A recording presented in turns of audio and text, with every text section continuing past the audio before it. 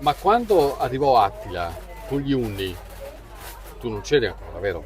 Ma guarda, credo proprio per un pelo. Se no Per non un se ne pelo. sarebbe più andato. Esatto, sì, sì, esatto. Henry Bonfante, Corte d'Attila, un'azienda di produzione casearia specializzata in tante chicche che sono diventate il tuo quotidiano, no? Sì, sì, sì, La è proprio- fantasia col latte. È un divertirsi tutti i giorni e assolutamente, assolutamente è proprio quello che rende tutto più leggero.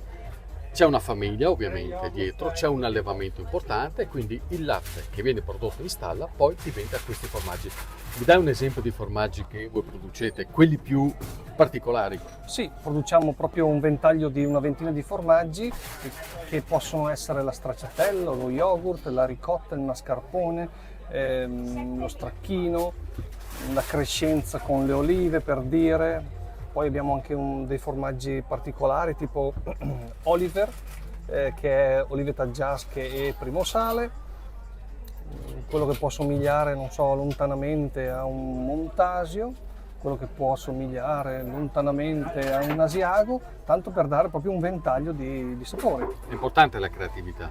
È fondamentale, è fondamentale, è fondamentale, sì. Posso sì, dire che sì, questo sì. ha garantito un nuovo futuro alla tua azienda? Ma non me lo sono mai chiesto.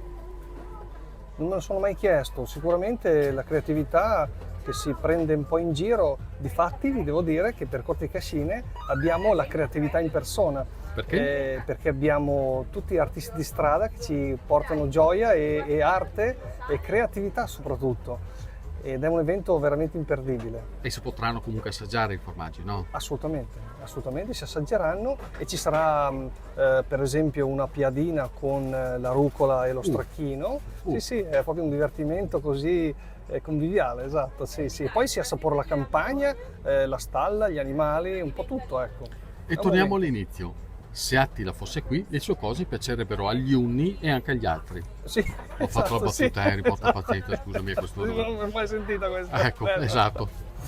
Ragazzi, voi siete a Nosedole di Roncoferraro, Noseto sì. di Ferraro. Cercatelo sulla mappa di percortiecascine.it e poi ci vediamo lì. Io, Henry e Attila. Vi aspettiamo. Ciao ragazzi.